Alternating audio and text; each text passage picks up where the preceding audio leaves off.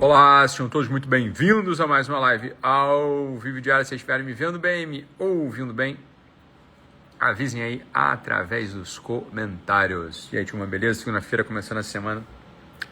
O tema que a equipe escolheu, que eles votam, né? Então tem umas opções de tema, aí a equipe faz uma votação, aí às vezes eu acato, às vezes não. O tema que a equipe voltou, hoje que eles querem ouvir, é esse tal de sensação de inadequação. É bom também passar para vocês, às vezes, para vocês escolherem os temas, né? Pode ser.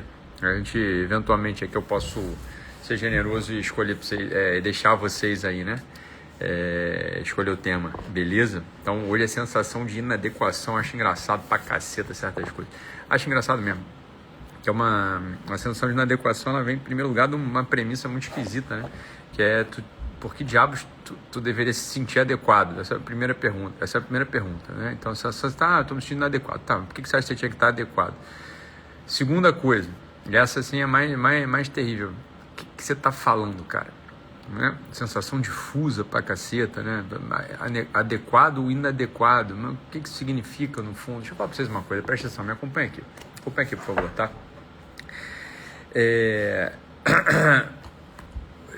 O mundo ele é incerto para burro, né? O mundo ele é incerto em todo o grau. Acontece o seguinte, a gente nasce ignorante e tem muito pouco tempo para resolver isso, né? Que é o tempo de uma vida. A maioria das pessoas não querem resolver isso. A maioria das pessoas não fazem nada, né, para resolver isso. Nada, zero, só vivem mesmo, né? Então, tá bom, né? Fazem absolutamente nada para resolver isso. E não precisa fazer mesmo, né? Eu acho que pode ser, cada um vive como queira, né? Agora, o fato da pessoa também não fazer nada para resolver isso e, ao mesmo tempo, querer ter a resposta para tudo, né? Querer ter a resposta para suas incertezas, para seus sentimentos de inadequação, né? Para como, né, educar a família, como me relacionar melhor, qual que é o melhor sistema político de governo. Isso tudo parece muito esquisito. É muito esquisito. Olha, presta atenção. Eu tinha lá, na época do grego, lá, eles chamam pelo lugar uma certeza de que o mundo funcionava de um certo modo. Aí, tornando uma história longa, curta, né, pronto, não são os deuses, tem umas leis aí, né, que regem o mundo. Não é exatamente o temperamento dos deuses, né, são certas... Então você tem uma virada do avesso no todo o sistema de certezas.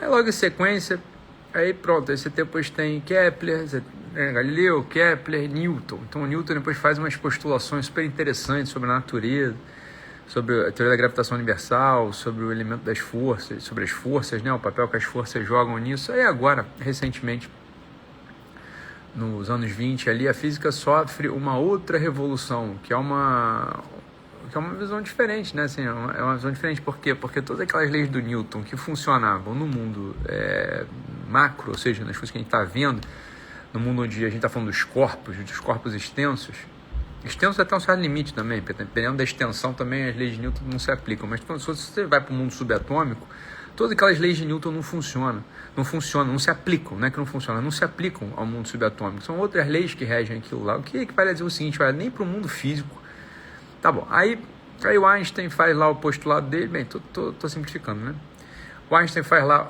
o postulado dele, dá uma visão diferente sobre espaço-tempo, formula uma equação da qual se derivam outras, pronto. Só que aí chegam lá, pronto, aí conseguem saber direito, aí conseguem mais ou menos falar sobre a elerodinâmica, pronto, né? A elerodinâmica, ela passa a ser uma disciplina, tá bom? A elerodinâmica passa a ser uma disciplina. Só que depois, quando a gente já fala de nucleodinâmica, ou seja, mais ou menos até então sabia-se como funcionava toda a dinâmica, né, dos campos magnéticos e do sistema de cargas e da eletromagnética em dimensões pequenas, né? Então se deriva ali a eletrodinâmica, bacana. Só que quando a gente vai ver quais são as forças que regem os núcleos dos átomos, né, ou as leis, perdão, que regem os núcleos dos átomos, a eletrodinâmica também não dá conta de explicar aquilo tudo. Aliás, nem se sabe quais são. Sabia-se que tinha até pouco tempo atrás, sabia que tinha próton e nêutron. Aí próton e nêutron era o que tinha. Aí depois descobriram a porra do meson. Aí depois nos raios cósmicos descobrem uma porrada de no... Faz o seguinte, nem no mundo físico sabe-se do que eles estão falando. Né? Não tem, a gente hoje, precisamente, nem a física tem certeza acerca das coisas, o que é muito interessante, eu acho muito interessante mesmo, né? Interessante demais, né? Faz sentido? A gente não sabe do que o mundo físico é feito. Aí, se nem o mundo físico você sabe o que é feito, e talvez a física seja dessas disciplinas a mais desenvolvida, né? Por que diabos tu acha que tu vai conseguir conhecer as leis que regem o resto, né? O comportamento, a psicologia? E pronto, aí você entra no campo da psicologia. A psicologia, meu amor, né? A psicologia é a disciplina de todas. Vamos lá, vamos pensar nas disciplinas que o ser humano se dedicou a estudar, né? Então, ó, você tem lá a física, a química, a biologia, a psicologia, a sociologia, né? E tudo que vem em torno, a filosofia e a teologia, né? Então você tem 7 grandes disciplinas, né, que vão lá do chão até Deus. A física é a mais envolvida. A física é onde você tem todo o campo de experimentação, tem um conjunto de leis muito interessante. Depois vem a química. Bem, a química, sob vários aspectos, né, os químicos aí que me desculpem, né, mas a química, fora a química orgânica, ela é um desenvolvimento da física, né? Depois vem a biologia. Aí quando você consegue postular certas leis físicas, sobretudo no mundo subatômico, a biologia vira a química que virou física, não é isso? Então, essas 3 primeiras disciplinas, né, física, química e biologia, são até bastante desenvolvidas. A psicologia, deixa eu falar para vocês uma coisa, a psicologia, numa grande escala do que se sabe, a psicologia não sabe nada sobre psicologia, zero. Psicologia é a disciplina mais subdesenvolvida de todas as disciplinas, as grandes disciplinas que a humanidade se dedica a estudar. Mas nada, zero, né? O que se sabe de psicologia ou é biologia ou é filosofia, porra. Psicologia em si, sabe-se nada, zero, né? Ou você tem o pessoal da TCC, que é biologia, porra, aquilo lá, né? Ou você tem o pessoal, que é o meu caso, da antropologia, que é filosofia, porra. A psicologia, ela fica espremida hoje, ela está espremida entre a biologia e a filosofia, né? Então, tudo que você está chamando de incerteza, inadequação, vazio, essa porra toda, ninguém sabe o que é até agora. Não se sabe de onde vem, para onde vai, quais são as leis que regem, porra nenhuma, né? Então, o biólogo, que é o pessoal da terapia comportamental, consegue descrever isso por um certo aspecto. Eu, que sou mais antropólogo do que qualquer outra coisa, nesse antropólogo clínico, eu consigo descrever sobre outro aspecto. Agora, a coisa em si da psicologia é um puta de uma interrogação, é a disciplina mais subdesenvolvida. Então, e curiosamente, é o nosso ponto de partida para ver o mundo, né? A gente vê a partir desse lugar. A gente não vê a partir da teologia, a gente não vê a partir da filosofia, a gente não vê sequer a partir da biologia, né? A gente vê a partir daquilo que a gente percebe como psicologia, ou seja, são os movimentos que estão na minha cabeça, vamos chamar assim, né? É a partir daí que eu vejo o mundo. E esse é o lugar mais subdesenvolvido, essa disciplina é a mais subdesenvolvida de todas.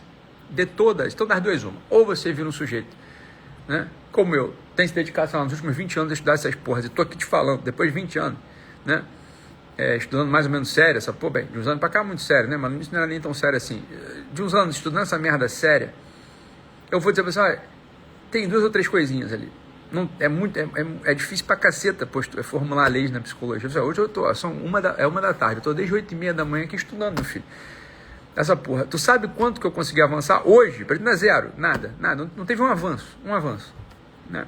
Tô lendo, tomando nota, né? Fazendo esquema ali, sem parar, 4 horas aqui, com o rabo sentado nessa merda, nessa cadeira, né? Mas não sou só eu não, tem um monte de gente, não se avança nada na psicologia. Então quando vocês vêm com esse papo de, né, estou com sentimento de inadequação, a verdade é essa, não esperem uma resposta de tipo psicológico, uma resposta de tipo psicológica, que possa confortar suas ansiedades, angústias e desejos e tal. Ou a resposta, meu filho, é tipo biológico, ou é tipo filosófico teológico. É só isso que a gente consegue te oferecer hoje. Eu não consigo te oferecer porra nenhuma, nem eu nem ninguém, né? A gente não consegue, né, te oferecer nada, né? Ita Ferreira, e o que me desagrada, na minha faculdade o ensino é muito superficial, mas o Ita Ferreira, se o pessoal quiser também te ensinar alguma coisa mais séria, você não acompanha, com todo respeito. O nível é muito baixo aqui, mas é muito baixinho, não acompanha. Se eu precisar, para eu te explicar assim, um movimento, eu tentei fazer isso com a minha turma aqui, foi meio, sei lá, eu fiz, né? vamos explicar aqui uma coisa que é sim, a coisa mais simples da antropologia, chamada cogitação, o sentido externo. O sentido externo é a coisa mais você está vendo, não está vendo? Por que diabo você está vendo? Essa é a pergunta, por que você vê o que você vê? Né? Aí eu tentei um dia numa turma aqui da faculdade dar a explicação, nem era completa, hein? Porra, nem era completa, porque para dar a explicação completa, sei lá, eu acho que o pessoal, eu precisaria de muito tempo para fundamentar tudo, precisaria dar 6 meses no curso de física para o cara entender mais ou menos o que eu estou falando, para o cara poder entender a porra do negócio chamado fóton. Por que caralhos o fóton não tem massa, mas nenhuma partícula não pode ter massa, portanto o fóton não pode estar em repouso, logo o fóton tem que estar em movimento, e aí você tem uma dupla natureza, uma aparente dupla natureza da luz, né, da onda de luz, aquela merda é onda ou é matéria. Bem, de todo modo, você tem uma explosão cósmica lá no Sol, aqueles raios gama viajam, né, batem numa superfície, essa superfície passa pela atmosfera, aquilo tem uma refração, bate na outra superfície e vai para o teu olho. O que acontece nesse ínterim? Né? Ou seja, sei lá, o que muda, no final de contas, na escala do eletromagnetismo é a frequência, não é isso? A frequência. Então, claro, a luz visível ela é uma partezinha dessa frequência. Né? A luz visível é uma pequena parte, né? Dessa frequência, é o que a gente consegue enxergar, chama-se luz visível. Beleza, esta coisa que sequer a gente sabe se é matéria ou não, a gente mal sabe direito o comportamento, apesar de fazer parte da elerodinâmica, que é a coisa mais estudada hoje, mais precisa na física. Né? Então você tem lá, né, aquele espaço em torno do núcleo, do elétron, beleza. Então o fóton lá viajando, ok.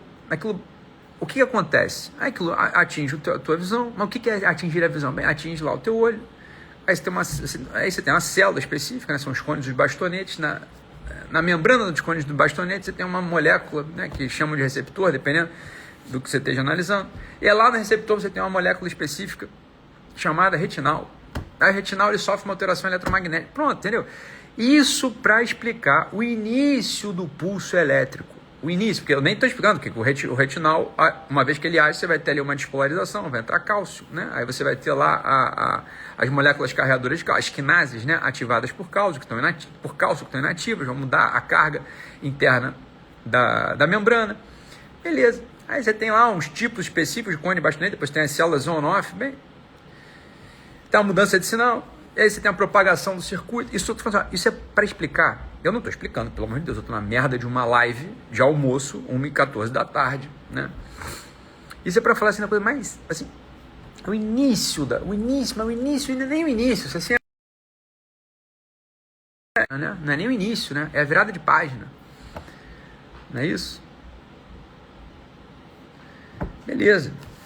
Então, a psicologia, ela tem muito pouca ferramenta ainda, né? Mas tem muita pouca ferramenta mesmo, né?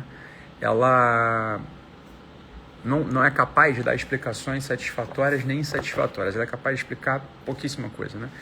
Ou nada. Por isso que, no final das contas, né? Ou algumas poucas pessoas, tipo eu, a gente está tentando desenvolver uma psicologia, né? Tem poucas no mundo hoje, de fato, interessadas nisso, tentar desenvolver uma psicologia que consiga responder, desde o ponto de vista psicológico, ou a gente vai precisar ir, que é o que eu faço com vocês, para biologia, ou para filosofia / teologia, porque a disciplina psicologia, ela não está desenvolvida, mas ela está muito longe de estar desenvolvida, né?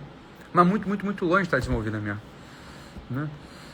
Então, no fundo, assim, vamos lá, você tem uma coisa chamada psicologia, vulgarmente chamada psicologia, ou amplamente chamada de psicologia, ok. Por outro lado, você tem uma coisa chamada cosmologia e gnosiologia, ou seja, existe um mundo, existe um modo de conhecer o mundo, né?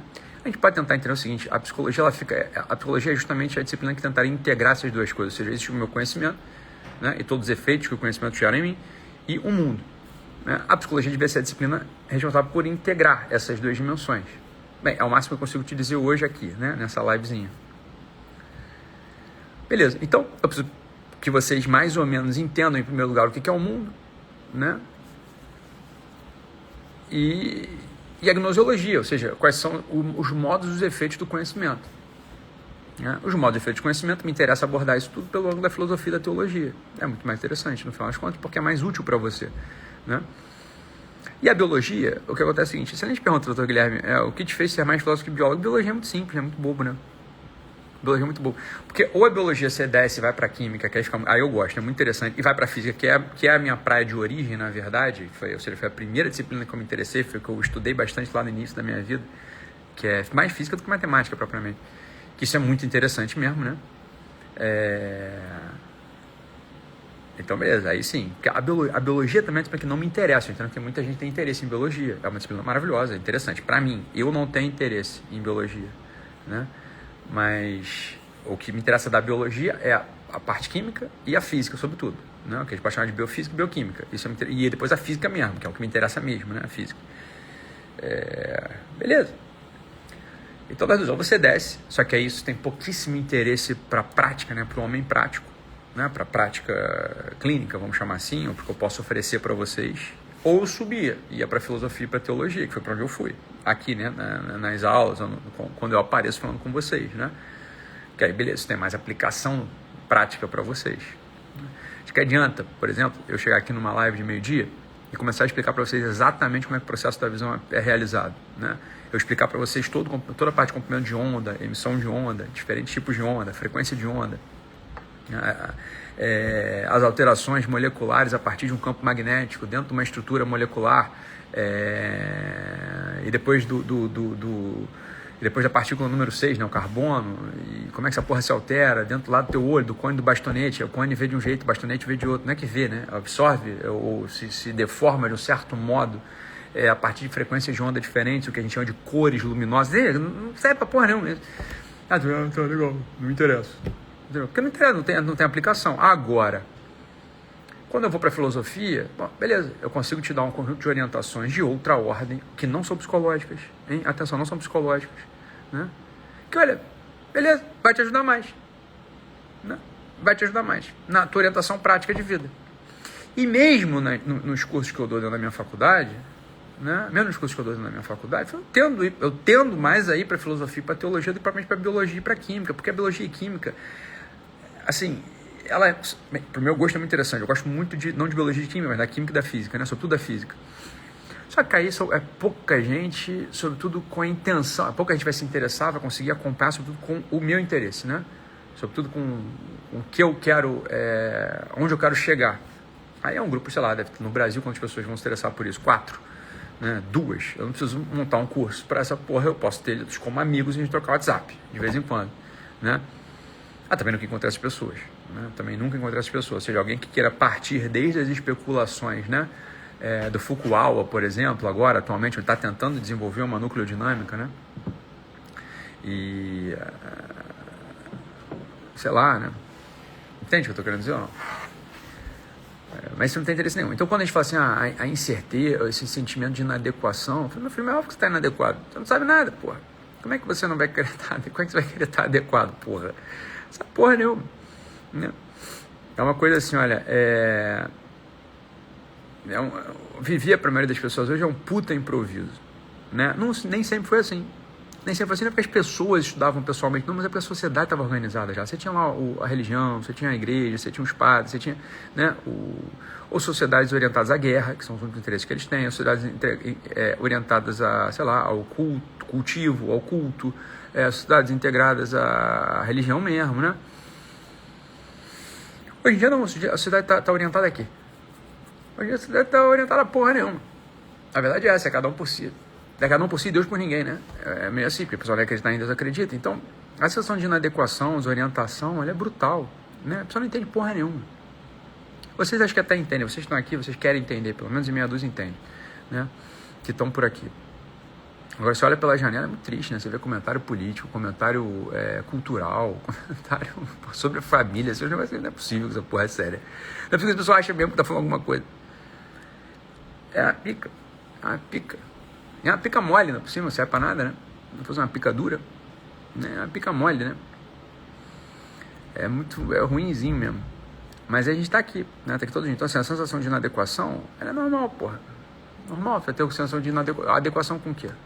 Não tem um critério, não sabe a finalidade, vai estar adequado, porra. Não, para que serve um homem? Responde rápido. Em primeira pessoa, não a resposta do dicionário. Né? Para que serve um homem? Para que você serve? De verdade, para que você serve? Né? Essa é uma boa pergunta. Bem, tudo bem. Ah, eu sirvo para quê? Ah, eu sirvo para ser uma pessoa boa, eu sirvo para fazer o bem, eu sirvo para amar Deus, eu sirvo para servir ao próximo. Legal. Como você faz isso? No dia a dia. Né? Boa, servir a Deus. Quem é Deus? Como você serve a Deus? Boa, Roberto. Cadê Deus? Deus quer ser servido por você? Ele precisa? Como é que isso se aplica? Né? Se unir a Deus. Beleza, você tem sangue, tem carne, Deus é um negócio que você nunca viu. Como é que você se une? Como é que uma coisa de uma natureza se une a outra coisa de outra natureza? Né?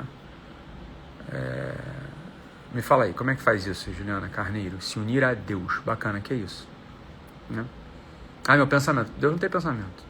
Também é mesmo, você está tão distante. A tua verruga está tão distante de Deus quanto o teu pensamento está distante de Deus no sentido qualitativo da coisa. Como é que faz isso? Entende o que eu estou dizendo? Enfraquecendo a carne, bacana, enfraquece aí, se mata, porra. Então, porque ela vai ficar fraquinha e podre, você não vai ter mais. É isso que você está querendo me dizer, não? Né? Enfraquecendo a carne, mas a tua foto tá super bonitinha, bem penteada, com a carinha super linda de maquiagem e tudo. Então, o que você está falando? Entende o que eu tô querendo dizer? Não tô querendo ser chato, não. Mas um pouco, talvez, né? Um pouco chato, talvez. Talvez fosse mais fácil eu virar um coach ou um pastor desses cremosos, assim, só falar o que você quer ouvir, né? Aí já vem a pergunta estúpida. Ítalo, você não acredita em Deus? Olha lá que maravilha. É uma maravilha. Agora, aquele estudo que eu publiquei no final de semana não é brincadeira. Aquilo não é brincadeira, aquele estudo, né? Que é a consequência natural daquele estudo, assim, o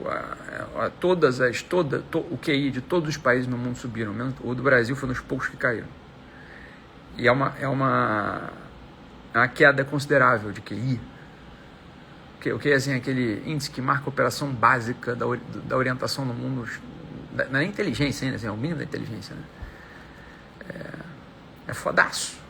É fodaço. E aí, é o seguinte, porque você acha que você está fora daquela estatística.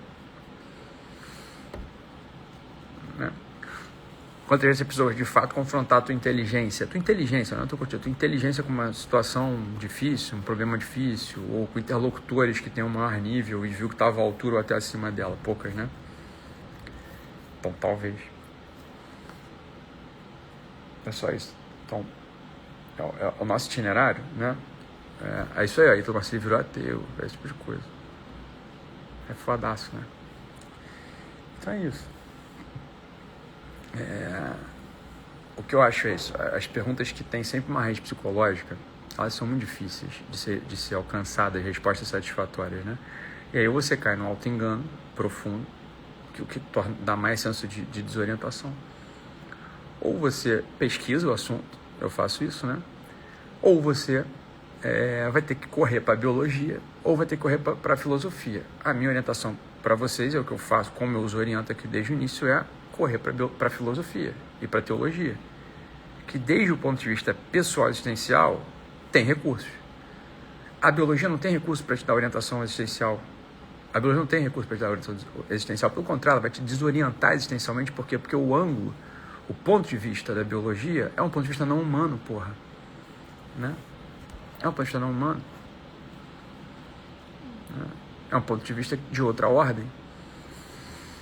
Então, você vai desumanizar em alguma medida. Não que não seja importante o que eu estou dizendo, é claro que é importante, mas é importante quando articulado num todo, é evidente, né? Dá para entender ou não? E aí tem outras coisas que ajudam, por exemplo, que é uma derivação da sociologia, por exemplo, que não é sociologia propriamente, né? Mas é uma base necessária, que é a história. A história é maravilhosa, porra. Então, um certo conhecimento de história é bom, né? Um certo conhecimento de história é bom. Aquela história básica, a história da orientação. Por exemplo, você perguntar para qualquer carioca aqui. Eu sou carioca. Eu posso apostar que essas pessoas nunca nem sequer se perguntaram por que caralhos o nome deles é carioca. Por que chamam um carioca de carioca? Né? Aí alguns vão parar, porque ouviram um dia, em algum lugar, que carioca, oca é casa, cari é branco, casa do homem branco, casa do homem branco, carioca. Aí tu para nas explicações mais idiotas, mas caralho, então peraí, o índio de fato, aqueles índios eram tudo maluco, maluco no sentido assim de porradeiro mesmo, né? Acho que os índios vão ficar chamando os malucos que expulsaram ele, assim, entendeu? Veio um português e um francês lá da puta que pariu, aí tomou a casa deles. Aí você fala, agora entendi.